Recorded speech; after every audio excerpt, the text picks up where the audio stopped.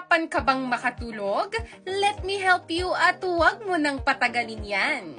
1, 2, 3. A recent published research involving 172,000 adults, nakita na ang mga kalalakihan na may tamang tulog can live 5 years longer than men who don't.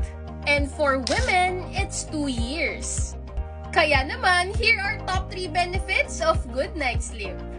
Number 1, immune system. Ang high-quality sleep ay nakakapagpabalanse ng ating immune response, efficient vaccine responses, and less severe allergic reactions.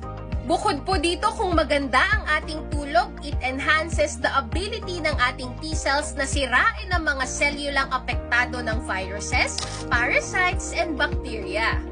Number 2, brain health. Kung mahimbing at maganda ang ating tulog, ang spaces sa gitna ng ating utak ay lumalawak, allowing fluid to flush out toxins. Therefore, mas napoproseso, naiimbak, at napagsasama-sama ang memories. And number 3, it prevents muscle breakdown.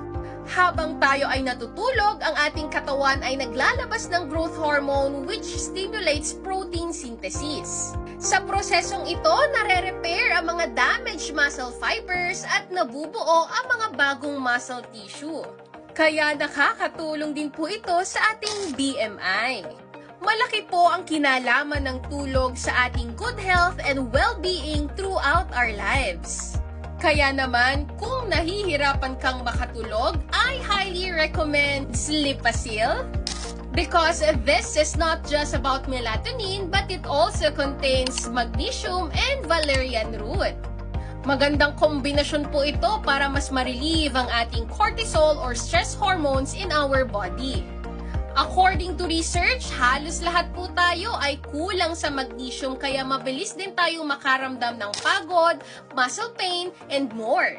Ang valerian root naman is a very good herb for sleep quality and anxiety.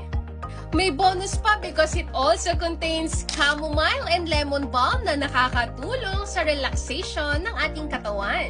16 years na po sa industriya ang Sleepasil kaya it is considered safe and well-researched product yet very affordable. Mabibili po ito online at sa leading drugstores nationwide. If symptoms persist, consult your doctor. Prevention is always better than cure. Stay healthy po!